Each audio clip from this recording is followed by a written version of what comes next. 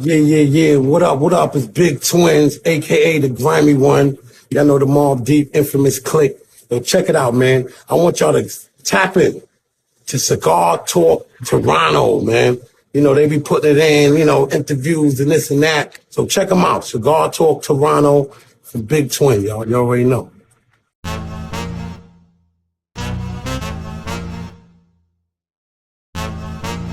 Paging Dr. Juan. Paging Dr. Juan.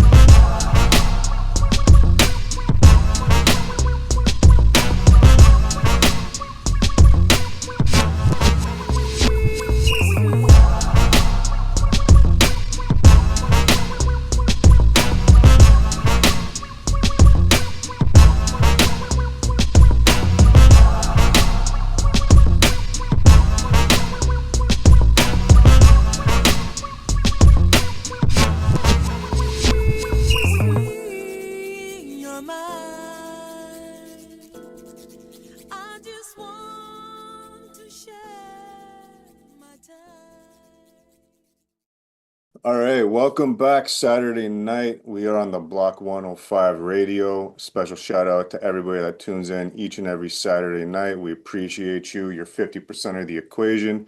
And the other 50% of the equation is the great guests that we have on this show. And tonight we got Paging Dr. Juan. What's going on, brother? Yo, what's going on, man? Big shout out to Cigar Talk Toronto. I appreciate you very much for having me, man. Thank you. Appreciate that. Actually, I'm about to light up my cigar. Hey, bro, you do your thing. I mean, I don't got no cigars on me. I don't have anything, so And sometimes I don't advertise what I'm smoking just because, they're not cutting a check for it, right? But yeah. Tonight I will say what I'm smoking. I'm actually smoking an Escobar Maduro. And for those of you that don't know, the Escobar line is affiliated with Nas, and I'm sure everybody knows who Nas is. Yep. So that's Yeah, his I know line that of much. cigars. And that's actually the cigars that got me into smoking cigars. So salute to Nas and Escobar cigars. Salute, bro. One of the So what's pioneers of going hip on, hop, man? bro. Your day's going good? Yeah, it's been good, man. I just got honestly, I just got done I actually got done with a session not that long ago. I'm working on a new project at the moment. It's still in like in blueprint phase. So it's like we're trying to put the steps into it little by little. I've been all over the place since this early this morning, man. So like it's been crazy. And then the crazy thing is after this, I got something else I need to get done because I'm gonna be doing some things tomorrow for I know if you've seen certain stuff that I do or whatever. I've been running into more of the gaming side of things. So I'm big on sampling. So Okay. yeah, so from the recent project that I dropped, Memory Card Slot 1, it basically shows what I put together pretty much. So Okay. So you are a very busy man. You are engineer, a producer. mhm. As you were just saying previous to this, that I didn't know you're a streamer. Yeah, I'm a streamer. Yep. Also, I didn't know you're a professional wrestler, correct? Yes, yes, yes, yes. Well, So, I was a professional wrestler, man. okay. Yeah. So you were. What happened to that venture there? Uh, when I first started, man, everything was good. I was getting in the groove of stuff. I will always have pro wrestling in my heart. The only thing that took place is I have a personal health issue at the moment. I have diverticulitis. So it's Oh shit, like, okay. yeah, so every single time I was going to practice or every single time I was just, you know, wrestling and everything, it would get worse and worse. And yeah, I kind of figured that it just get crazy because I'll end up going to the doctor's office, and then I ask the doctor, hey, what do you think? What do you think we should do? I'm trying to avoid surgery, man. You know what I mean? Because I heard a lot of craziness when it comes to trying to do surgery and so forth. So I mean, yeah, I try to avoid that, and the doctor was telling me if you want to feel like you don't have it, you got to eat healthy. You know what I mean? And maybe restore it back. You know what I mean? So Yes. Um, if I remember correctly, going back into pro wrestling, Brock Lesnar, I believe, had a yeah. He case had with, in the UFC too. Actually, when he was in the UFC, he's fighting yeah. against Cain Velasquez, and I believe that around that time, his was like very very bad. So it's like I guess every single time they kept hitting him in the stomach or something, it just got really crazy bad. So yeah, And man. I believe George St. Pierre had an issue with that as well. Oh really? I think so. Oh Around the time he came back and fought at middleweight against Bisping, I think that's what the reason for him retiring was. I could be wrong, but I'm mhm. like 60% sure on that one. Yeah, Um, yeah. I mean, I remember Brock. And I remember vividly what happened with Brock. I believe the one who actually tried to was pushing him to get the surgery was Paul Heyman to save his okay. life. See, I know a little bit about pro wrestling. I used to watch it a lot as a kid. Mhm. Through my later years, I started to tune away from it. Um, I know who Paul Heyman is. Around the time Brock Lesnar came into professional wrestling was around the time I kind of tuned out. Yeah. I mean, Around, it's a little crazy now. I mean, even though too, it's like because I grew up watching it. I'm gonna be honest with you, bro. I didn't even think I was gonna get into that business. Real stuff. Like it was just for some odd reason because I used to own a radio station business, and I used to have like a lot of podcasts on the radio station and so forth, and they had their own segments, and then I decided to come out with like a wrestling podcast. Came okay. out with a wrestling podcast, and for some odd reason, one of these indie wrestlers we did an interview with them, and for some odd reason, it just it amped me to be like, yo, I want to try this out. I want to see what's up. So good thing there was a wrestling business that was in my area. They were called Ace Pro Wrestling. I was with them for a while, and then until they closed down, and I had to go somewhere else. But yeah, that's how I got into it, man. I got into it. I fell in love with it. It just became my thing. You get what I mean? Alongside with everything else I was doing, but yeah, yeah. It just I got cut off of that shit for a while now. You know what I mean? And I was like, yeah, I can't do it anymore. So, I mean, at the end of the day, you got to put your health first and you got hmm to ensure some type of longevity to your life as much as we can control, right? absolutely, yep, I mean, you never know what tomorrow's going to hold, but if you could ensure that, at least you've done every step to make sure you could be operational tomorrow, that's the goal. yeah, Uh, yeah. what's training for professional wrestling like in terms of how grueling is it? What are the hours like? The scheduling, the impact on the body. stuff like that. What's it like? Um, so for the training, man, I really didn't know it was gonna get too hectic because they always used to say like, yo, like when I used to run into training and everything, the first time I trained and I did a back bump, of course, it's the back bump on the mat. They used to Yeah, always tell you to like tuck your chin because if you just go flat, your head is just gonna cock. You're gonna hit the back of your head, cause a concussion. So I did my first bump, first back bump, and I felt that I felt my head like throbbing for like at least a month and a half, bro. Like it was crazy, crazy. That's how crazy I hit my head. But I mean, the training is it's how long you want it to be. Usually what happens is some of the schools they'll schedule certain sections of the yeah, day. You know what I mean? So there'll be like one that's like 7 to 9. There'll be one that's like 3 to 5. You know what I mean? So it break into sections. But the training is crazy, man, because I'll be like freaking training and they'll say like, yo, you're exercising this bone, and I never heard of that bone before. You get what I mean? So yeah, it's like it's wild, but um it helped out a lot, man. I'll tell you that much. Like in the wrestling business, to become a pro wrestler is one of the most wildest things to do, man. Like especially when it comes to training, especially when it comes to everything, man. Because you have to play your part. You know what I mean? As either a bad guy, good guy, yeah, uh, and you got to make sure what you're basically putting out there is what your character is. You get what I mean? yeah, yeah, Um. So yeah, man, training is very crazy, bro. It's very hard, but it's doable. You know what I mean? It is doable. You just gotta have the strength for it, man. Like, yeah. I would imagine the strength and also the mindset too, because I can imagine getting thrown around and like, that canvas, there's not much padding to it. I oh mean, my God.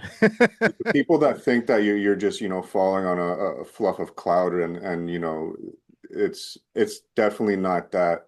So you gotta have a mindset of being able to handle the pain and tolerate the pain. Absolutely, yo. And then even that, it's like um a lot of like body conditioning, you know what I mean? Making sure Yeah, like certain parts of your body is right. Of course, we know that, you gotta make sure you're always running and cardio. Cardio takes a big yeah, thing because that was like mainly the main thing when I first started training. That was the main thing I wanted to get down pack was the cardio because the trainers that I had, they were like very strict on like a like cardio way. So it's like they'll yeah, give you like a certain training to do every single time we end there. And honestly, man, it'll be the team that I was with, we was always complaining because it was so bad.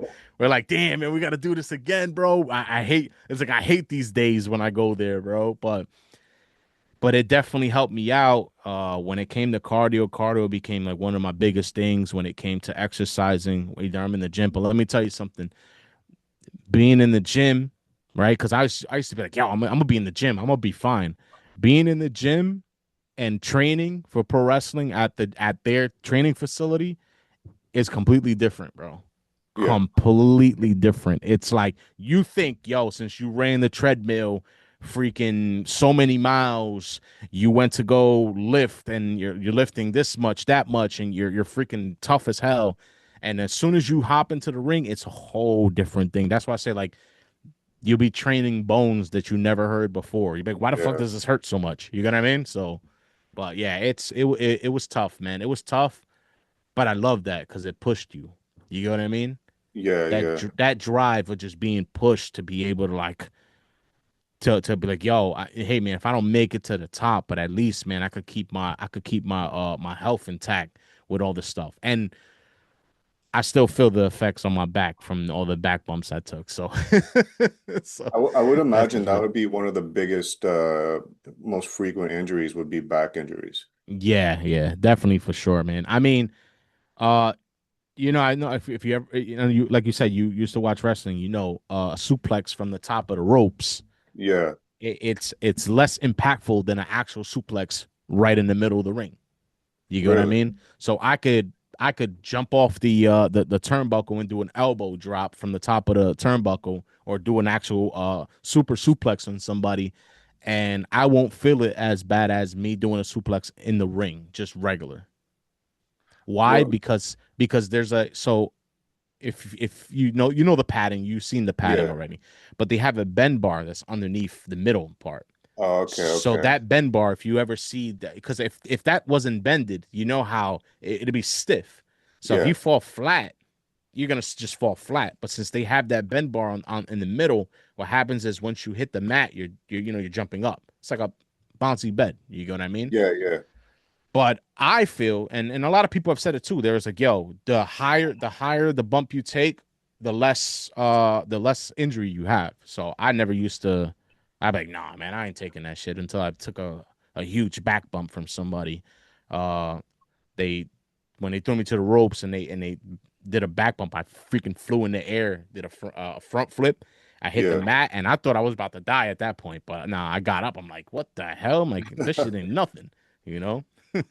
Um, what would you say is the best era in pro wrestling? If you were like, you know how in hip hop we compare like the golden era. Yeah. What would you say is the best era in pro wrestling for your perspective? I'm very big on the Attitude Era, dude, because the Attitude Era was character. You know what I mean? Hmm. I love character, man. Like that's the main thing. I feel like that's what brings entertainment. I get them like on nowadays people are like, progressing on their move sets and they're doing backflips and front flips and all this other stuff. And I respect that. But I feel like in the Attitude Era, there was a lot more character involved rather than, move set, Like I used to be scared shitless when The Undertaker used to come out. You know what I mean? Like Yeah, I used to be scared as hell. Like, what the hell? Who the hell's this guy? And how they always portray the camera to like the guy used to be huge. Yeah, this guy is like 6 feet 7 tall, you know what I mean? And they'll grab the camera and put it like underneath so it makes it look he's a yeah, yeah, giant. But the Attitude Era, I would say, would be my main uh generation of wrestling that I yeah, feel was more impactful for me. I mean, it could be different for everybody, honest. And then uh I'll put a little bit of the old school too, because you could see a lot of the old school, it was like everything was so natural. Like if you throw a clothesline at somebody, it actually looked like it fucking hurt. You know what I yeah. mean? So, but the Attitude Era would be my thing, man, because of character. Do you think in So that era it was because it did actually hurt back then? maybe. Do you think that they were a little bit more rougher around the edges? We'll call it back then. I think so. I think so, rather, because the thing is, uh, a lot of the things weren't as structured back in the day as it is now. You get what I mean? Like you always have a beginning, you have a middle, and you have an end. That's how it always is in pro wrestling. You get what I mean? So in the middle, in the beginning, you will always know when you're a pro wrestler, you would always know the beginning and you always know the end. You never know the middle. So what they always call it is the start, the ending, and of course the comeback. So if you're a good guy, you know what I mean, and you're fighting against a heel, a bad guy, you'll know exactly when you have to do a comeback. So that'll be the middle part of everything. You know what I mean? Yeah, Um, to create heat would be through the heel. So we got to have him creating heat, which is beating the shit out of you. You know what I mean? yeah, You're the good guy. He's beating the shit out of you. He's making you look like a fool. You try to fight back and you can't fight back. You got the crowd all riled up, like, come on, man, get up, get up. You know what I mean? That's the amp of everything. But I kind of feel like back in the day, I don't think they even thought about all that, man. I think yeah, they did think about the gimmick where it's heel and face, yeah, but I feel like they just went in and did whatever. I think they just thought about the beginning part and that's it. And they said, "Yo, I'm gonna beat the shit out of you, and let's see who wins." You get what I mean? yeah, yeah. Yeah. So speaking about a wrestling match, Hmm. from what I've because actually something that I actually listen to a lot is actually a wrestling podcast. I find them very entertaining listening to the stories. Absolutely. Um, a lot of times that I've heard like the matches, okay, yeah, they are predetermined, Yeah. but Hmm. everything else is pretty much a freestyle. So how hard it like what's the technique behind being able to get in there and say you have your opponent Hmm. and to be synced up with each other to essentially organically put on a really great match with the specified ending outcome? I see it. So for the most part, it's like dancing. You get Okay. what I mean? So when you Yeah, yeah. dance, when you dance, you know for sure, like, you got to make the right moves in order for anything. So mind you, the way it works is both pro wrestlers have to be with the same mindset. One can't be scared, Yeah. one can't be amped up. You know what I mean? It has to sync, amp. You know what I mean? And if you're scared, you're gonna get injured. That's just pretty much how it works. So it all depends too, because honestly, when there are certain matches that don't go the right way. So if you have determined the beginning, maybe in the middle might have changed. Maybe the Yeah. fan reaction is not hitting as hard as it's supposed to. You get what I mean? So Yeah. it's like now you got to make adjustments to how certain things work. You get what I mean? And improvise. A lot of people do improvising, man. They improvise on a way to do it. So I mean, everything is mainly more a dance. You got to make Okay. sure you Okay. and Yeah. your opponent is moving right. You got to make sure you're doing the things right. If you're not going to take that bump the way you're supposed to be taking that bump, you're going to get hurt, bro. You're going to get hurt, and that's something that I learned, man. I learned that the hard way. I learned that the hard way. I didn't injure myself, but I did take a really bad bump. Um I actually did some wild stuff, dude, man. I messed up. I didn't communicate with the wrestler that I was in wrestling with. I did a move that almost caused an injury. You know what I mean? Because I didn't communicate, and that shit's bad, bro. It messes you up big time because what happens is after that, not a lot of people want to work with you anymore because they're knowing you're injury prone. So Uh, so I would say communication is the best thing when it comes to that, man. You know what I mean? Being on the same mindset. and the referees, they play a big part in the matches as well, Oh, correct? They're not just there absolutely. as a show, right? Yeah, absolutely, absolutely. Referees are a very big part of pro wrestling because anything can change during the match. Let's say if somebody gets injured, you gonna Yeah. mean during the match, like they're always around to make sure they're keeping track of the match, how much the time limit is. You know what I mean? Because if they give you 10 minutes a match, or 5 minutes a match, then you have to be on time with stuff. He has to be the timekeeper of that. You know what I mean? Letting you know, hey, look, you only got 2 more minutes. You guys gotta close it up. Like Yeah, yeah. all the talking. Yeah. Submission move. You got a submission move, and you think the referee's like, yeah, you give up. No, he's like, yo, man, you gotta hurry up, man. You know what I mean? You got 2 more minutes. That's right there. They're there to keep everything on track as well. Yeah, absolutely, man. And I love the pro wrestling. I love the pro wrestling industry, bro, because of things like that, bro. It's like to make everything, and for anybody who's probably like thinking like, oh, yo, it's fake, bro. It's, yeah, the dance, of course, is fake. We got to make sure everything is all together. But dude, you take very bad fucking drops, man. It's not That shit is not easy to come up from, man. Especially Yeah. if you keep doing it every single day, like, forget about it. I mean, anybody that tunes into professional wrestling to think someone is going to sit there and get punched over and over in the head the way Mhm. that they portray and just be able to stand there and take it. I mean, you're kind of an idiot. Yeah, at that Uh, point. you know, yeah, it's a loosely scripted match, but Mhm. I mean, the athleticism, the work that goes into it, the bumps, it's all very real. Yeah, absolutely. You tell a story through a fight. You know what I mean? Like, Yeah, that's what it is. You tell a story through a fight, um, and without speaking a word, just giving people that story. And that's something that I respect from the wrestling community. You know what I mean? It's just like, building a character and following that character every single time, and bringing that every single time that you're wrestling. It's something that you got to always keep in that mental every time. Like, if you got to carry that mental throughout the like your everyday life, you're gonna have to do it because people see you as that character. You don't want to break kayfabe.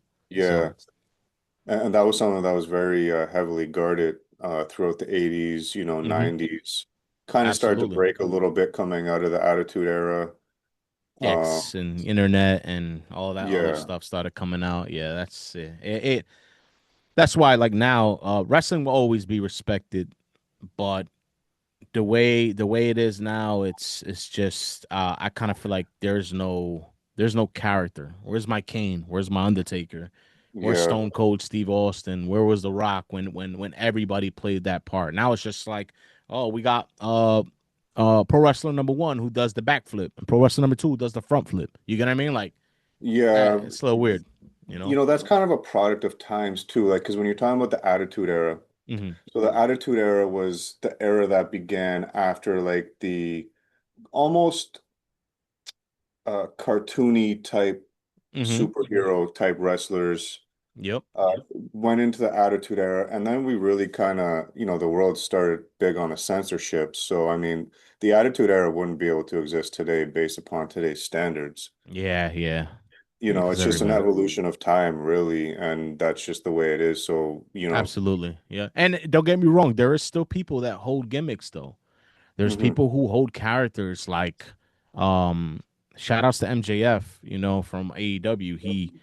He's very like he carries that persona everywhere, like always, like even in his real life, he tries to keep the gimmick going even if he's there, and he's not a backflip front flip guy. He's more like y'all build a character, and less moves are the best moves. So yeah. that's how Um, it is.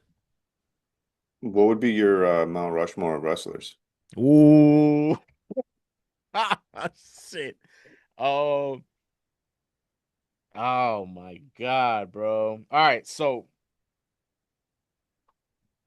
I'm just giving you my who influenced me to like when I was in pro wrestling, like Okay.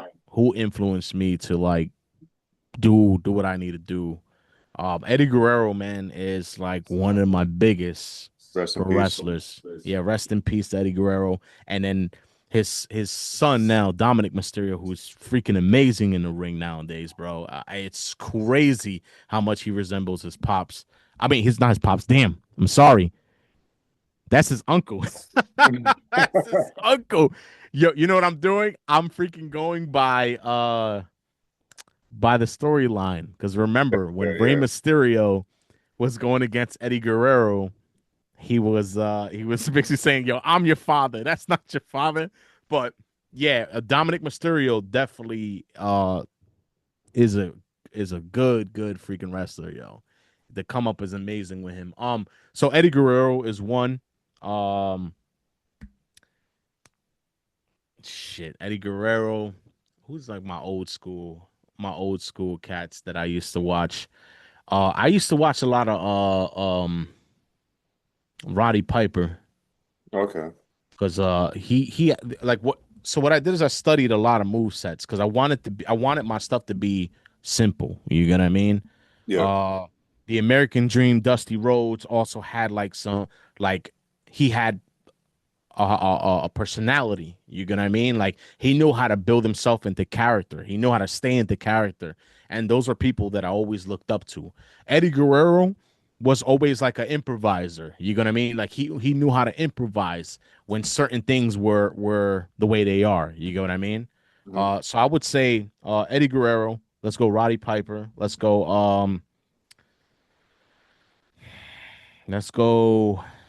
I don't want to say Stone Cold. I don't want to say The Rock. You get what I mean? Because I feel like those are too plain. You get what I mean? But yeah, yeah, I would put Stone Cold in there too. Only reason why is of course because he was always that person to really give a story. You get what I mean? yeah. Uh, Kurt Angle, I like Kurt Angle. Kurt Angle was really good, bro. Even when he first started, Kurt Angle was always been one of my favorites. Um, Dude, I'm just throwing you everything, bro. At this Uh, point, I'm just throwing you a bunch of different You, wrestlers. you, I don't you. even have a Mount Rushmore at this point. I like that. I like that it made you actually sit back and actually have to think about it, though. Yeah, no, absolutely, Um, absolutely. you know who used to scare the shit out of me when I was a kid? No, Papa Shango. Oh my God, you're not lying. You're not lying, bro. I Yo, I think he probably is the one that creeped me out the most as a kid. Because you wow. know, you would watch him and think you're gonna get some fucking black magic voodoo put on you Yes. just from watching him and going against him. And it was like, damn, you know, am I gonna be able to sleep It tonight? was yo, bro. You're not yo. You're it is crazy show that you. Now that I think about it, bro, for real, man, for Mhm. real. It's just what I always comes to mind. I think what kind of really scared the hell out of me is if you remember, it was a time in the Attitude Era. I forgot who the Undertaker was going against, but at the time, I think they buried him. I think it was Kane, if I'm not mistaken. And Paul Bearer Okay. was going crazy, basically saying that they buried the Undertaker. The Undertaker would never come back. And then there was this one Raw event, I believe it was. I believe it was on Raw.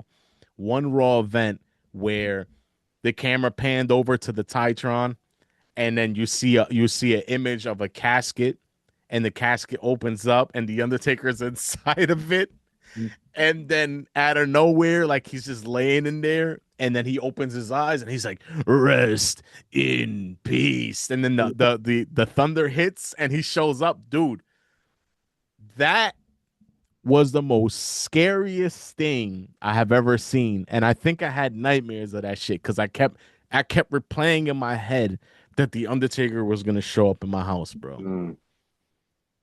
You know who else? Crazy. You know who else was kind of creepy too? That vampire guy. What was his name? He had a thing with Edge and Christian. Gangrel. That's it. He seems Gangrel. like he really lives that like who he That character? portrays in wrestling, the character, Yeah. that's really his real life. Honestly, I thought the same thing too, man. I think there was a show that I did for ECPW over here by me in the area because I was with ECPW after Ace Pro Wrestling. And I think there was a show that he was in that I was actually wrestling too, but I was doing like a small battle royale. But he's cool as hell. And I think what it is I think what really brings this character is that I don't think he has like something in his teeth. I think like he actually really has pointy teeth. Yeah, that's what I'm saying. Like I think he actually lives that is who he Hmm. is. And I think that's what catches everybody. But he was cool. He was cool as hell, bro. He was a real cool ass guy, bro. Him, Gene Snitsky was there. I remember one time, and then Rikishi number one, bro. Rikishi was one of the best ones that I've met, and he was awesome, bro. Didn't give nobody problems and nothing, man. Rikishi owns the organization that had that event, that whole shit show that happened with Rampage's son and Yeah, yeah, yeah. I think it was right, called yeah, okay. Knox. I think it was Yeah, Knox something. something like that, yeah. Yeah, I'm not gonna get into that story because it is what it is. yeah, yeah. But you know, creativity wise, Mhm. when you compare because being a professional wrestler, there is a lot of creativity that goes into it, into creating a character. Absolutely. Now, compare that to creativity when it comes to production with making music. When you do you feel either or you have more creative freedom or something you feel more creative in, or is there some type of relation you can kind of pull bits and pieces from each to make each craft a bit better? I think that's mainly what it is. I could pull from certain things. Honestly, I would always tell everybody that what meshes together is always the best thing. We know gaming, we know Yeah, gaming, we know gaming, we know music, and we know pro wrestling. Like it all links up. You get what I mean? So I feel like when it comes to character, I'm able to use music to form that character. Because mind you, what do we know when a pro wrestler comes out? We know who he is because we hear the music. yeah. We know exactly. You'll hear the little. When Rey Mysterio comes out, you're like, who's that jumping out the sky? So it's like I can grab whatever the character has. You know what I mean? Whoever's building some sort of character, I can always find a way to grab from each place. You get what I Yeah. mean? I can grab from music where I can be like, all right, yo, I want to be this badass heel in pro wrestling. You get what I mean? But Yeah. what does a heel need? He needs a good mute. He needs a good sound in order to make him sound, badass. Yeah. Mark Henry, when Mark Henry used to come out, it's like, somebody about to get their ass kicked, and he's walking down. Oh, this guy's about to fuck somebody up. You know Yeah. what I mean? So I feel like the creativity comes from both places. I could be able to grab wherever, and then gaming now, like I've told you, with gaming, it's the same exact way. I could be able to take from gaming and then make something from there. So it's like it all meshes together. So as long as it meshes together, we're good. Because I can't do it with if I'm production and then food. You know what I Mhm. mean? Like it's Yeah. it's it's here and there. Unless I'm making like a commercial for somebody. You know what I mean? Yeah. That Yeah. makes sense. So Um, you've done some work with Stack Federal Dollars, correct? yes, sir. Yep. I actually just had him on the show. We just filmed with him yesterday, actually, so that's coming out soon too. Nice, nice, nice. Yeah, Stack for those dollars. Big shout outs to Stack for those dollars, man. Yeah, shout out to him, man. He's a real dope. I'll Person say, and MC, bro. yeah, Yeah. yeah, definitely. And I was listening to a bunch of his music this morning, and I knew I had you lined up, and I'm Mhm. listening to his music, and out of nowhere, I just hear Paging Dr. Juan. I was like, oh shit, that's his production right there. Okay. Yeah. And Yeah. yeah, your beats are nice, man.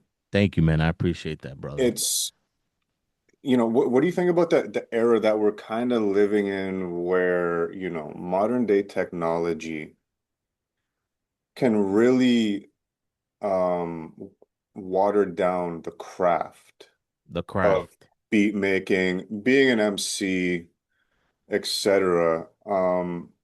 How do you how do you ensure that you kind of stay separated Hmm. and stay on top of your craft when it comes to making beats that, people can listen to it and they know it's a Dr. Juan beat. So I actually spoke about this earlier too, with the artist that I had in the studio. We were talking a little bit about how everything's dabbled into like AI and all the other Mhm. stuff. You get what I mean? Um, with me, I try to keep my beats. If you look, like you said, you heard some of my stuff and everything. Certain of my beats, I always try to keep simple. The reason being why is because that's just my sound. Just keeping everything simple because people don't understand that. Yes, you can add so many things to a beat and try to fill it. Like you're like, oh man, it's missing something. But people don't understand that, vocals are instruments too. You know what I mean? Yeah, So I try to keep my beats as simple as possible. That way I can add vocals to it, you know what I mean? Or I could put it out there and still have somebody freestyle over it whenever they want and everything else. But with everything that's like technology nowadays, bro, technology is advancing every single day.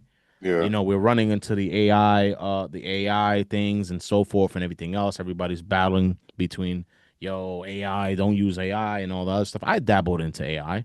I dabbled into AI, but here's one thing about me that makes me different than a lot of other producers or a lot of other engineers or a lot of everything.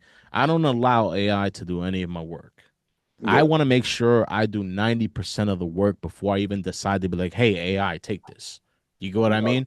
yeah, yeah, And I know a lot of people they're trying to find easier ways to uh get things done.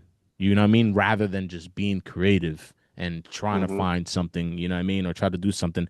I'm a sampler, so I can't really talk as much because, you know, people think like, yo, samples, you're just stealing, you're doing this, you're doing that. But honestly, bro, what is not Nah, sampled nowadays, bro?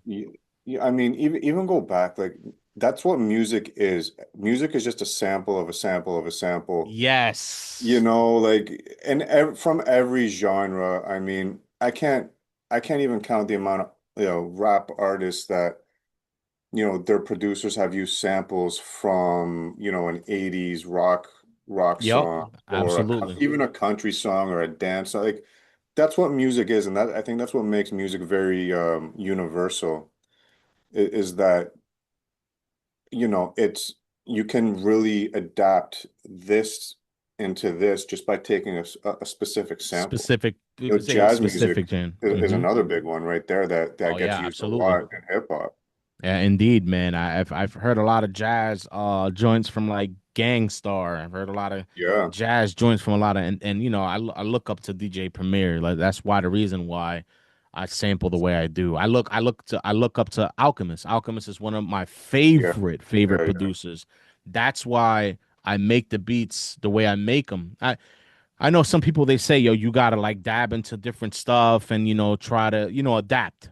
So the way I adapt, a lot of people will say a lot of people say is like, yo, you don't make old school boom bap beats. What you do is your sound is you grab the newer style and the old style and you mesh it.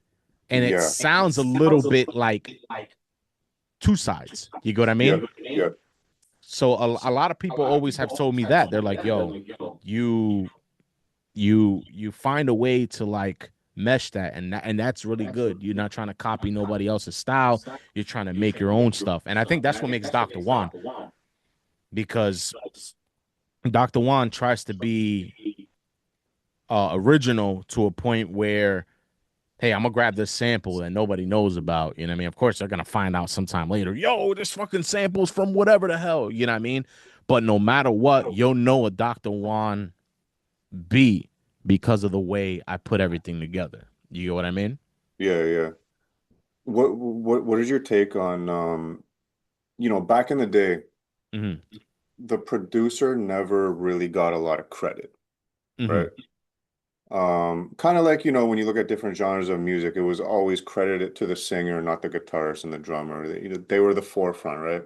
Yeah. But today's times, you're seeing a lot more now. The producer is getting named on every single track with the artist as an equal investment in the track, we'll call it. Absolutely. Yeah. Do you think that that was a long time coming where the producer, should have been getting the credit that they deserved back then, and we're Hmm. just kind of catching up to that now? I do believe that whoever is involved should get the credit, bro. Yeah. You got what I mean? I kind of feel like that it only makes sense. And I Hmm. get it. You know what I mean? Everybody is trying to get paid the large sum. That's mainly what it is. You know what I mean? Everybody's like, yo, I'm not going to give credit to him because it might break the percentages of what we're going to get and so forth and all this other stuff. Honestly, man, I kind of feel like everybody, whoever is on the track, Yeah. whoever puts their input, somebody could be sitting behind me and say, yo, that kick, change it. I changed the kick. I could probably put him on there. You feel what I'm saying? Yeah. So it's like, I feel like yes, I feel like nowadays yes producers are actually getting the shine finally. I'm new to the shit, bro. I think I've been on this for 3 years right now. Okay. So I've never been producing beats. I started producing beats when I attended Full Sail University and I graduated. That's when I really started getting into like making beats and everything else. I've always had I was first as an artist. I was rapping first. Okay. And then, little by little down the line, I was on and off. Then I got into the audio engineering side of things because I wanted to be on the back side of stuff. Got into that, started doing that. And like I said, I did the radio station thing and all that other stuff. And then I'm like, you know what? Um, I want to go to school. I want to know why the hell this microphone is placed over here. You know what I mean? I want to know why the speaker is all the way up there. You know what I mean? Like Yeah, yeah. I was always very curious about how certain things worked. I graduated valedictorian of the class, and then after that, I just said, "Yo, I'm gonna just go full fledged with this producing shit, and see what happens." And then paging Dr. Juan came up out of Mhm. nowhere. That's my wifey. She's the tag on that, and Okay, and okay. it fits perfect on every beat. You know what I mean? Do you think that would you recommend schooling for people that want to get into production, engineering, any type, any type of involvement in music? I had Steve Sola on the show, and that was one thing that he did say was very helpful with him was going to school Yeah, for engineering because you learn a lot of things that yeah. might take you a lot more years to pick up just by doing it on The your own. YouTube and all that Yeah. stuff. Yeah, absolutely. I just wish school wasn't as fucking Expensive? expensive as it is nowadays. Yeah, I like that. Look, and people were always telling me like, "Yo, what are you gonna go to school for? You already know like certain stuff." And I'm like, "Yeah, I know, man, but I learned from I learned from the streets. That was cool. You know what I mean? Yeah. I was able to learn from different people and everything else. But honestly, I wanna be able to learn on my own, and that basically made me go to school and learn on my own. I wanted to learn everything. I wanted to learn certain stuff. But the thing is, let me say this, and this is something that the school was always telling me. Yo, we're not going to tell you how to do this. You're going to basically do it on your own. So what you're going to do is you're going to develop your own sound. From what we teach you how to do the basics. But in the long run, you are supposed to develop your own sound because that's basically how it is. Yeah. Developing your own sound, finding finding different like sounds that fit you. You know what I mean? I'm very big on Rock Marciano, Larry June, and like now the big generation cats. I'm big on Gangstar, John Wayne. I'm big on MF Doom. Rest in peace, MF Doom. That's Yeah, like rest my in my peace, MF Doom. favorite. Rest in peace, Guru. Rest in peace, Guru. Yup. Like that's like those are like the artists that I grew up on. And then I'm just gonna throw it out here. I don't know. Maybe this might be like, oh shit, what the hell? I'm big on Insane Clown Posse. Okay, okay, okay. Yep. That's where I usually get most of my motivation from. The only reason why, and I'm not talking about the Insane Clown Posse now because right now I'm not really liking what they're putting out. Back in the day, is the Insane Clown Posse that I liked it because they were brought up on a lot of like Cool G rap and all them cats, you know what I mean? Yeah. So they were like really going in with the bars and all this other stuff. And then not only that, their mentality was, yo, if nobody fucks with us, we gonna find people who fuck with us. And that's what they did, Yeah. man. You know Yeah. what I mean? So then the whole I read Behind the Paint, one of their books that they put out, where they said that they put a map on the door, and they had like a dart, and they said wherever this lands, this is where we're going. You know what I mean? Yeah. Threw it there, and then that's what they kept doing, and then little by little, they started building their fan base and became one of the uh most hated band in the world. But now they're considered hip hop legends. So Yeah. Well, that I think that you could really put that concept to anything you do in life. And instead of mhm, trying to fit into a certain formula, just create your own. create your own. Yep, You will find your audience. It's like cigars. Every cigar has its its specific own Pacific. Yeah. fan, right? Mhm, What I like, somebody else is not gonna like. Same thing with music, mhm, wrestling, anything you really do in life. And that's something I could say I've never listened to an Insane Clown Posse track. mhm, I know they had a huge following. I know mhm. they did do a lot for the genre of hip hop. Yeah. I'm not downplaying, just wasn't my thing, so I never Yeah, really yeah, listened no, to and them. that's understandable. You know what I mean? Because Um, a lot of people don't. They, and that's what it is. I tell people like, yo, if I show you this track right now called Cemetery Girl, you're gonna listen to this shit and you're gonna be like, what the hell is this? He's talking about a mhm, cemetery girl. You know what I mean? Like he yeah, fell in love with this girl. He fell in love with this girl that's dead. There's a cemetery, and he's just doing some funny shit. The only thing is, it's just like I said, I love creativity. How can you come out with shit like that? yeah, it's art, man. That's Yeah. what it is. Making music is art, and this is something. What are your thoughts about? For example, um, when you get a really solid core fan base, for Hmm. example. And then an artist comes out and does something completely different, and they go, "Oh man, that's not you guys or whatever." Do you Hmm. think there's kind of like a fine line between it's art, so you do got to kind of branch out and try different forms of it and Hmm. just see if something hits. You can't just stick to the same formula No, because, that'll just keep you stuck in, let's just say 95. absolutely. And here's another thing I always say: it's like this is a marketing thing. You know what I mean? Mhm. If you're gonna continue making old school boom bap or anything else, if you stay in that lane, that there's a small that like right now there's a small circle of people who are listening to that right now. You get what I Yeah. mean? It depends, you know, if Jadakiss drops something, or you know, Beanie Siegel drops something, or like all these old school cats start dropping something. Us, you know what I mean, who are like raised in the old school shit, we gonna go back to that. We're like, that's just tough. You know what I mean? Yo, I can't. I love this shit. Blah blah. You know what I mean? But we know that it's a small circle of people. So if your intentions are, yo, I'm trying to get big, you know, you got to try to adapt to what's, it's like being viral, you know what I mean, with Yeah. videos and stuff. You got to be able to adapt to that video and find a way to make it your way, you get what I mean, but Yeah. keep it in the eyes and the ears of the generation now, you get what I mean. But Um, what type of music do you draw inspiration from for making your beats? so again, I'm very big on like old school. Yeah. So I don't know if you ever, or if anybody, when anybody watches this video, I know that they always, like, when you start listening to a certain song, you start losing yourself, right? Mhm. So like if you listen to like a new generation song, you know what I mean, a new thing in like in the hip hop mainstream, you listen to that track and it changes you. You know what I mean? It changes the way you act, it changes the way you feel, you know what I mean? Everything.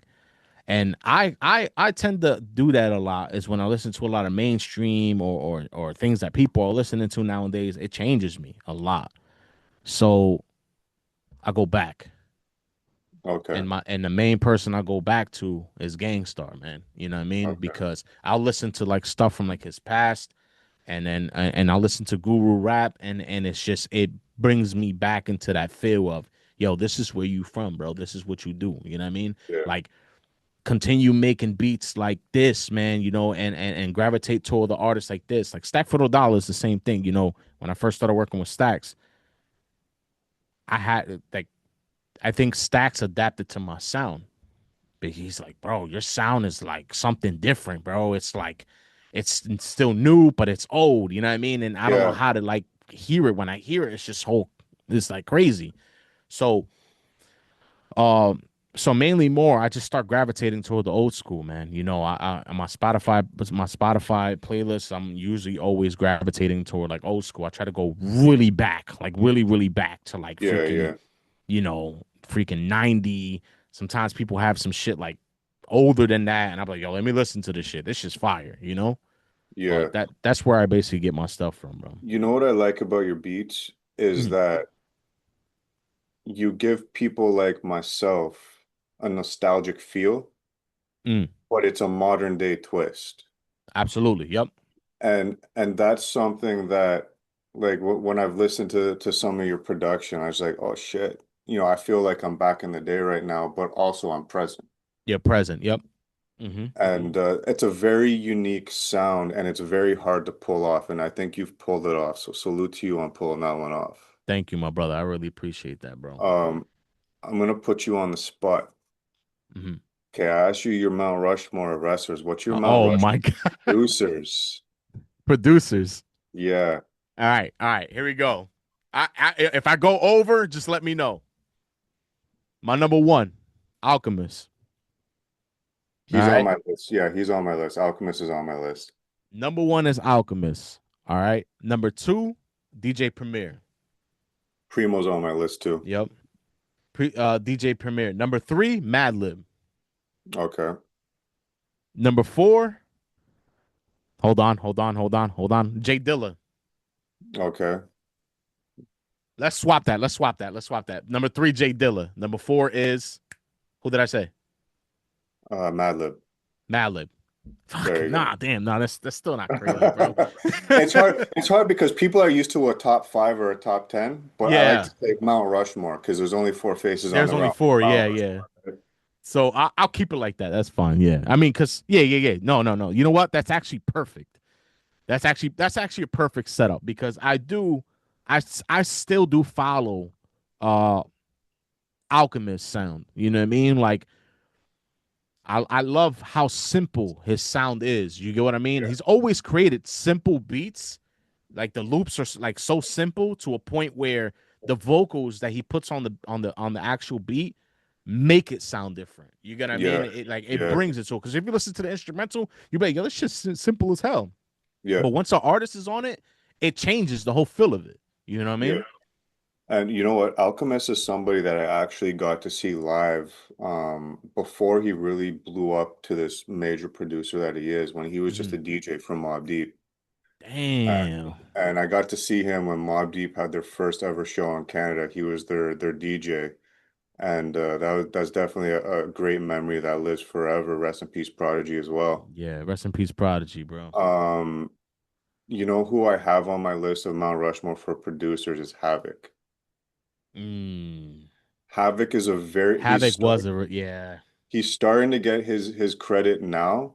Hmm. And you know what the funny thing is you could listen to a Havoc production and you wouldn't even really know it was him because he doesn't glorify his production. And Yes. I think he really needs to start bigging up his skills as a producer. Absolutely. I do feel the same way. Honestly, if anything, bro, if there was a fifth head, I would put Havoc in there, bro. Mhm. You get what I mean? Like I definitely feel like he doesn't get the exposure he deserves, bro. You know what I mean? Yeah, Like people will mention him here and there, but they won't really really mention him like that. Everybody's about the Jay Dillas and everything yeah. else, but honestly, bro, Havoc definitely he deserves the flowers, bro. Well, For it's because real, for real. he's so quiet and humble about it. That's Hmm. the thing, right? That's one thing. Yup, absolutely. Yup. And you know who else I have on my Mount Rushmore of producers, which might shock you, but it's because for me the Infamous album is so nostalgic and Hmm. impactful to my life. Q-Tip.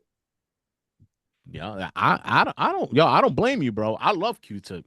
Yeah, I don't blame you, bro. I don't blame you. Q-Tip is he's a fire artist and he's a fire producer, bro. yeah, You know what I mean? I've and that's crazy. Is that you mentioned that because Beats, Rhymes, and Life is one of my favorite albums, bro. You know what I mean? That's something I can always go back from A Tribe Called Quest and just be able to just I could listen to that from front to back with no problems, bro. I could go back every single time and listen to it. I You get what I definitely mean? think Q-Tip and Tribe they don't get mentioned nearly enough. Absolutely. Absolutely, bro. And they Um, they deserve those flowers too, quick question before we cut out because that hour completely fucking flew by. That man. wow. All good. Um, what was your thoughts? Because you keep going back to Gangstar and Primo. Hmm. What was your constructive criticism about the Nas and Primo collab album that just came out last year? Now, a lot of people were saying, Primo, he's washed, this and this and this. Hmm. But I think when I sit down and listen to the album, it really gave us that nostalgic Primo production, Yes. and I think it was a hit. I do too because I'm like I said, I'm adjusted to a sound so much to a point where like I would know when it sounds different. You get what I Hmm. mean? Like if you're big on Primo's sound, if you're big on Nas's sound, you're big on any artist, you'll know when the change took place. Yeah, Like right away. You get what I mean? So honestly, man, I feel the same way, man. I feel like the nostalgia is everything. When they bring it back to that sound. They kept the sound original the same way. They didn't make any changes to it. You know what I mean? And yeah, that's one of the biggest things I always look at every single time. Is like, yo, if they change the product, it's because they're not passionate enough for that they're not passionate enough for that yeah, sound anymore. You feel what I'm saying? definitely. Yeah, So I feel like keeping it that same way is what really made that album a gem for me, for you, for all the older heads. You know what I mean? Because I guarantee you, a lot of the people who are probably like criticizing it and saying this and that, you know what I mean? They probably do listen to a lot of this new school shit. So it's like it probably like already ran into their mind to a point where they're like, yo, they're probably like, yo, I'm listening to now this new school shit and it doesn't sound the same. You feel what I'm saying? yeah, That's yeah, how yeah. it would be. So I try to keep my ears away from all that shit, bro. Mainstream, all that, bro. I just Yeah, try my best to be like, nah, dude, it's not me, bro. Hell no, you no, gotta no. stay in. You gotta stay in your lane. You create your own lane. You stay in it. Hmm. And the thing is, if when you get critics and you get haters, that means you're doing something Then you're successful, doing right? something good. Absolutely. Now, we're about to cut out on the block. Appreciate everybody tuning in as always. Let everybody know where they can find you, socials, websites, etc. You can find me my website www.pagingdrjuan.com. That's pagingdrjuan.com. Just go there, bro. You'll see everything. All my socials, Paging Dr. Juan. You know what I mean? You'll see everything on there, bro. There we go. And on that note, we're out till next Saturday. We appreciate everybody tuning in. Like I always say, time is the most expensive currency because we don't make it back. So I appreciate everybody tuning in. I appreciate you coming on the show. Appreciate you, And we're brother. out. Thank you. Peace. Peace. That was good, Yeah, brother. that time flew, dude. Yo, for real. I was looking at the time, like, wait, what the hell just happened, bro? That shit That's went fast, bro. that's why like you sometimes when I tell people it's an hour, they're like, shit, how are you gonna fill an hour? Because Yeah. most people are used to 20 minutes, Yeah, half yeah, an yeah. hour-ish. But like once you really get into it, an hour is really not a It lot of time. it's nothing, bro. Nothing, nothing. That's how it is when I'm streaming too, dude. Like I put yo, I'm gonna be live for like 3 hours, chat. Out of nowhere, I like a couple games we played, and out of nowhere, look at the time, like, what the fuck is already 2.5 hours already, chat? Like, damn, you know what I mean? Like, it's always like that, dude. I mean, it's always the interesting conversations or when you're having fun is when time flies, Yeah. bro. It's the organic aspect to it. And Hmm. that's something that like one thing that me personally, right? Everybody's got their own style and format. Hmm. I don't like a pre-written, okay, I got to ask you Mm-mm. this, and this. Yeah, I like to just start it off and just see where it goes. Like absolutely. we did half an hour on pro wrestling, which, you know, wasn't the intention because I literally found out you were a pro wrestler Hmm. probably like half an hour before we jumped on here. Oh shit. I was just scrolling your Instagram real quick because one thing that I like to do is I like to approach things that I don't know nothing about you. Absolutely. So when I've had people on that I know everything about, I have to pretty much approach it like I don't know anything about you because I want to ask questions Hmm. that somebody to give the answers to people that don't know the answers to the questions, right? Exactly. I Hmm. don't want to be here like, okay, well, I know how you became this and I know this and this and this, but that's not really a good conversation because that's not Mm-mm. telling the audience anything about you. So sometimes you have to unlearn, and I just like to go into things blindly and just Yeah, I organically see where it goes. that's mainly how I was doing too when I used to do the interviews for artists. Mm, I used to do the same exact thing, bro. I used to be like, "Yo, I don't want nothing other than the new project that you have lined up." You get what I mean? Because just in case if I fall into like uh what's the word the word I'm looking for, empty space. There hmm you go. The words empty space. So every single time I land into empty space where everything is just there's a fucking big gap of we ain't even say anything. Like Yeah, I don't want to land in that. So what I want to do is I'll talk to you about the project that you got lined up. I'll ask you like where you're from and so forth and everything else. And then I'll just let the time go by. Whatever. I always capture the last couple words that somebody says. You get what I mean? So if yeah, somebody yeah, says, yeah, I was part of this the city that I was in, and then I moved. Oh, why'd you move, bro? What happened? You know what I mean? You like the city? Oh yeah, nah, it's because of such and such, whatever. I had problems, and then I came out with some music. Speaking of music, what's the next thing you got lined up? You know what I mean? Like yeah, always a couple words before the ending, so that way there's no empty space in between. So I know yeah, exactly what to say next. And if I do have to keep something on the side, you can always keep something on the side. You feel what I'm saying? yeah, yeah, Like you could write some generic ass questions. You know what I mean? Like some generic ass questions to a point where you'll be all right because you'll never fall off on anything. Because honestly, think about it, bro. There is a lot of people that I guarantee you probably did interviews with that they're very like straightforward. There's no interest in the conversation.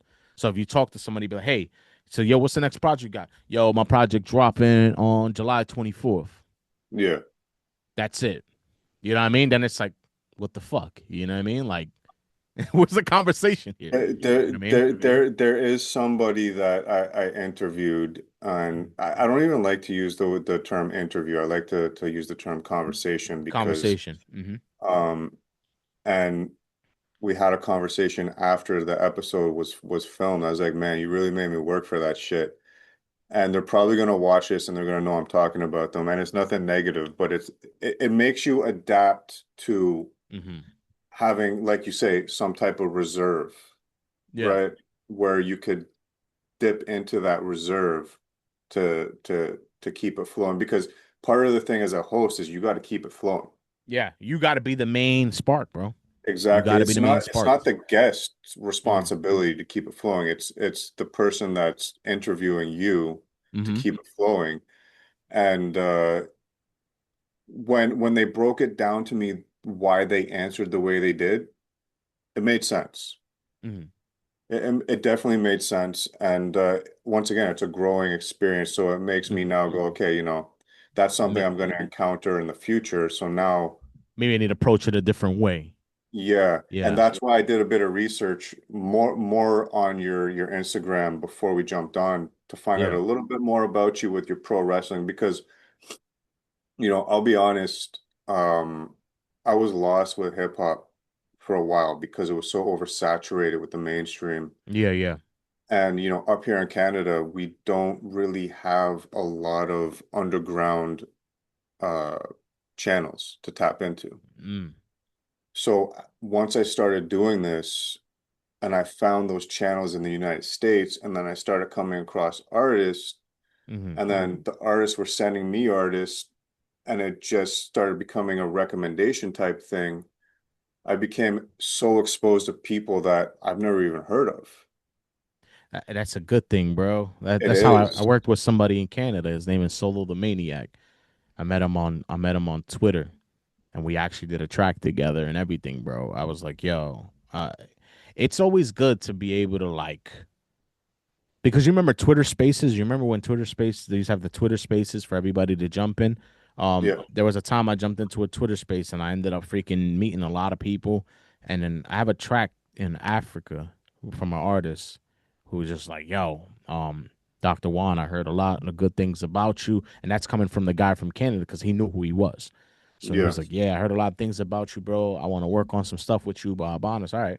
So we constructed the beat together, and then I mixed and mastered the joint, engineered it, and so forth. And he was like, "Yo, this shit is crazy. This shit sounds good." So it's always like good to be able to like get uh uh uh like once you interview one person, then the other person's like, "Yo, you got to check the station out." You know what I mean? They're Yeah. cool as hell. You know what I mean? Everything else. Um, and I ran into a lot of that same situations that you talk about, bro. Because sometimes the crazy shit is that what made me a good host, bro, is I'll come from work and I'll be tired as hell, and I know I have to do an interview with somebody, Mhm. right? So they'll meet me. Yo, man, how you doing, bro? You know, this is not live. The button's not even pressed yet. They're like, yo, how you doing, bro? Yeah, I'm doing good, bro. Everything's good, man. Came from work. He's like, you all right? Yeah, I'm just tired, bro. All right. As soon as I hit that live button, yo, what's going on, Yeah. everybody? Welcome. And they're like, yo, Yeah. what the hell? The energy's just up there, bro. I'm like, yeah, man, like Stack Freddo Dollars when I first interviewed him, bro.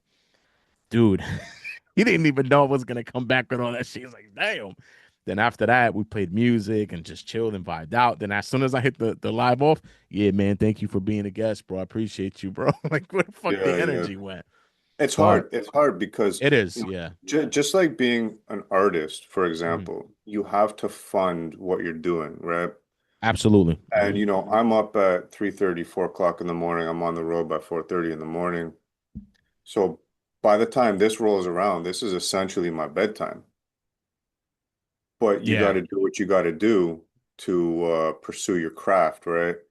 And you got to know when to flip the switch, and that's why I have the cigars and the alcohol. It just peps me up a little bit, and it So puts me into my clear put you headspace. in that clear headspace. That's cool. And that's cool actually. My chat was like the cigar is dope.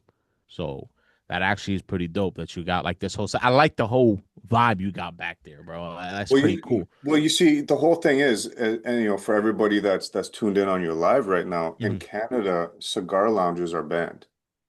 Oh So yeah.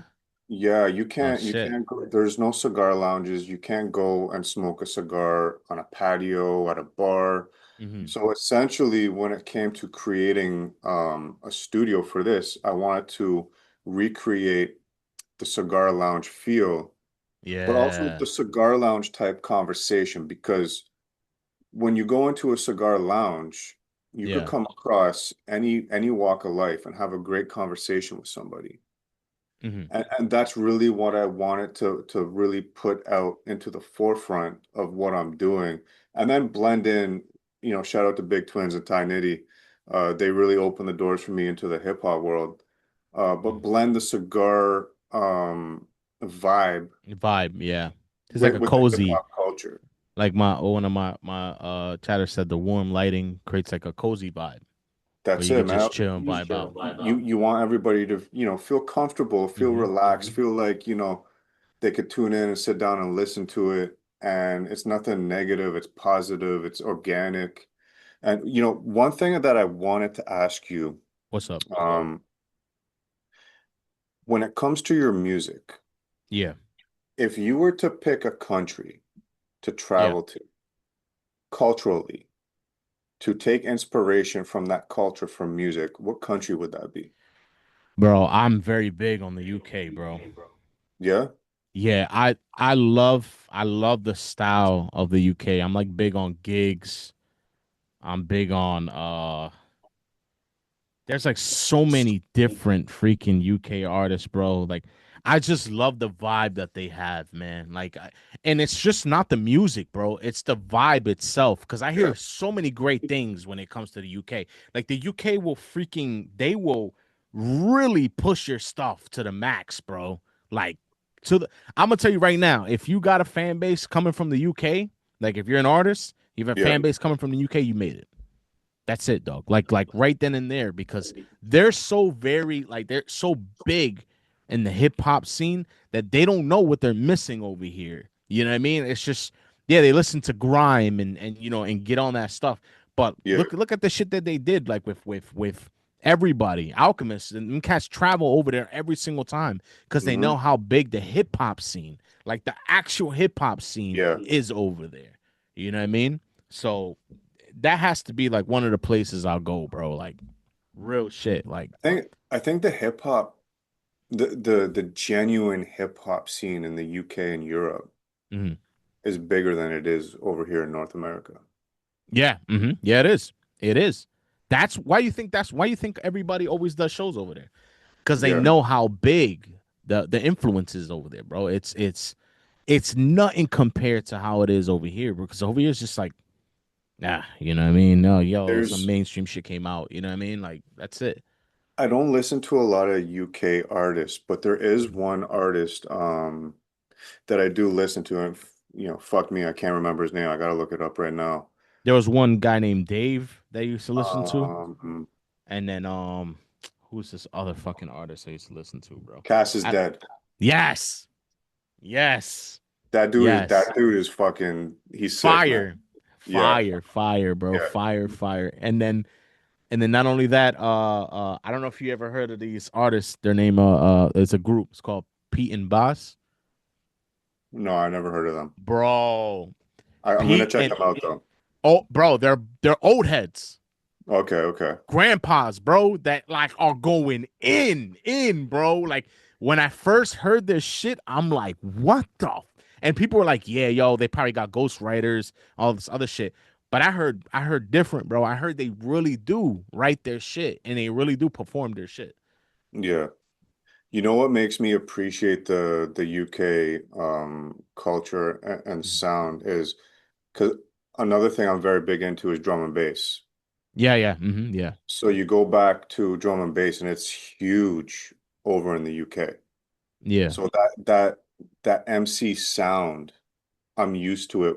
So when you hear it coming from hip hop yeah, with the accent and everything, it sounds normal to me.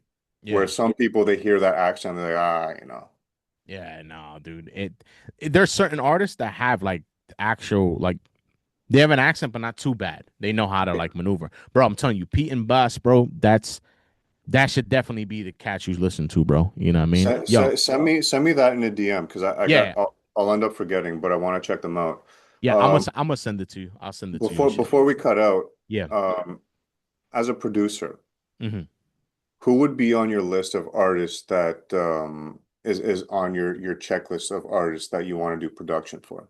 Rock Marciano, Larry June, Conway the Machine, freaking John Wayne. I know John Wayne don't rap no more. I know he's just doing like content and stuff, whatever. Um, I think Rock, man, Rock is like the main person. For some odd reason, I fuck with Rock so much, Yeah, he's bro. dope. Like He's he's dope. dope. I hated him, dog. It's crazy. I hated his style. I hated his style when I first went to see. I seen a Action Bronson concert, and the first time I heard him, I'm like, who the fuck is? And Action Bronson too. And I was like, yo, who the fuck is this? And I'm like, this shit garbage. Then out of nowhere, 2 or 3 weeks later, I'm listening to his shit, and I'm like, yo, this shit's tough. And I realized that was him that was rapping at that event, and I'm like. No, dude. Rock is definitely somebody I would love to fucking produce some music for, bro. Yeah, Real he's a shit. dope artist. There's He's a dope, lot of really good artists that are coming up, um, that really are inspired by the 80s, the 90s, that yeah. stay true to what the generic hip hop The theme is, grittiness. right? Yeah, I think we've reached a time where hip hop has evolved to subgenres yeah, and like with electronic music, you get dance, you get drum and bass, you get dubstep, you get yeah, trance, techno. I think hip hop is starting to evolve to really get into subgenres. And but there's a lot of really dope artists coming up and they're doing great things. bro. To the max, bro. To the max, and that's why I respect the fuck out of like Rock and them. It's just like his style is like poetry, bro. That's what like really gravitates me toward like his style, because I'm like, dog, like the shit he say is like it's just yeah, that is definitely an artist I would definitely love to produce for, and down the line you never know him come into and the link goes on and on. Mayhem Loren, you Hmm. know what I mean? Like I love his style because his style is so like I always like fucking like I always like example to like dirty Hmm. fucking dumpster juice type of feel. You know what I mean? Like that's the type of feel that I love. It's just that feel. And honestly, most of these rappers who I mentioned, like when they speak or when they actually make the track, Yeah, it you can feel what they're saying. You get what I mean? And that's delivery. Delivery is everything. You get what I mean? So it's yeah, like yeah. the feel is like if you listen to ODB, you know ODB's fucking crazy because of the shit he's saying. So it's like that's ODB because he's crazy. You get what I mean? Like he has to have that feel. Like that's the feel of an artist. They have to have that type of delivery. You know what I mean? But Talking about ODB too, I got to see Mob Deep. They did a show with Raekwon in Toronto mhm. right after ODB passed. Rest in peace, ODB. Rest in peace, brother. And they did a great tribute for him. And such a unique artist. To the There max, will bro. never ever be another Never, ODB never, ever. never, bro, never. And He's the thing is his thing was like people hear it was like, yo, this guy's crazy, but his just delivery, like yeah. can you imagine how he sounded while he was in the studio recording what he recorded? You remember the or RZA, when RZA did the domestic violence joint, your mama's a I love bitch, that. you're gonna be I love that. There's domestic violence and domestic violence part two. in part two, yes, dude. Those are two of my favorite tracks right there. Oh my God, bro. And it's just delivery. It's like it was fucking crazy. And I'm like, yo, I can imagine how he was recording in the studio that shit, bro. And I'm like, nah, man. Like delivery is where it's at when it comes to them, bro. For real. Yeah. Brother. ODB was just a crazy, crazy individual through and Crazy. Crazy, For crazy. sure. Yo, I gotta dip out of here, bro, because I got a haircut appointment. I know I you got got a shit to do. Yeah, yeah. yeah, I got a music video that I'm shooting tomorrow. Okay. That's gonna be a track that I made. And then I gotta so if you know too, memory card slot 1 was basically the beginning. Memory Yeah. card slot 2 is basically the beats that I made with artists on them. You get what I mean? Okay, yeah, yeah. So what we're doing is we're doing an arcade feel. So I got hit up by an arcade spot that wants me to do things in their stuff. So Oh, that's tomorrow, dope. of course, right now I'm about to get the haircut, but tomorrow I'm gonna go over there because I got a video shoot and a photo shoot in their arcade spot, which is gonna be fucking crazy, bro.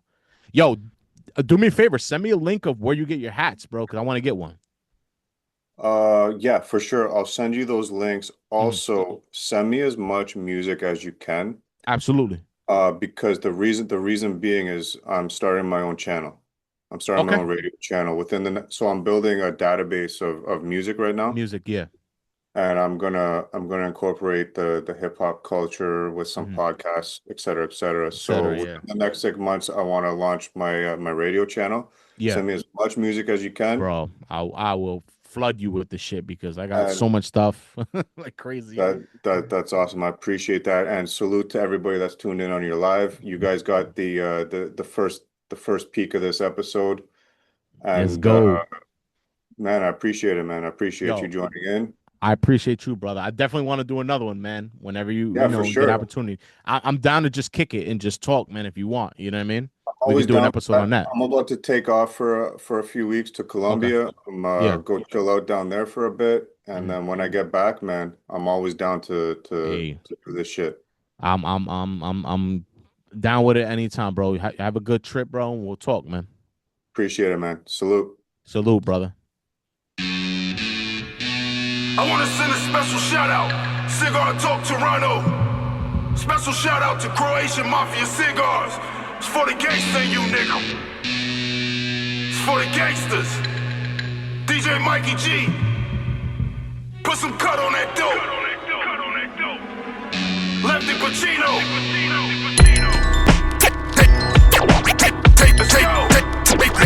Take it personal. Take it personal. Click, clack the beam. Take it personal. I spit the caffeine. Take it personal. Feel what I mean? The 30R6 to M16s. We got them rugging. I'm your favorite uncle. I'm the alcoholic street niggas with the guns and the duffel.